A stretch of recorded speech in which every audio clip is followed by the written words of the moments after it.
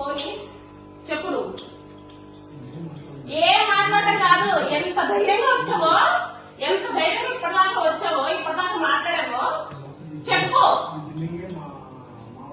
సరే సరే ఆమె కూడా ఇన్వాల్వ్ చేద్దాం.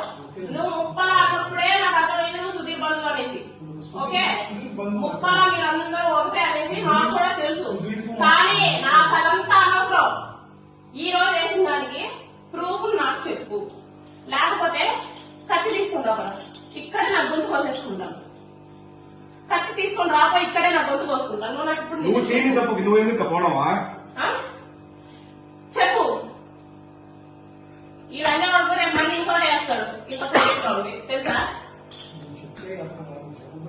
ఈరోజు నేను చెప్పానా? నేనేమన్నా చెప్పానా నీకేమని? ఈ రోజు నీకేమన్నా చెప్పాను నీకేమని? నేను నీకేమన్నా చెప్పాను నీకేమన్నా? ఏమి చెప్పాను ఇక? ఎందుకు చేసావా? నా ఫేస్బుక్ లో డౌన్లోడ్ చేయడానికి శివారెడ్డికి నీకు ఏం సంబంధంరా? ఆడ నేనేదో గొడవ పడుతున్నావు. నీకెందుకా? నీకెందుకో నీ చెందుకు నేస్తావురా?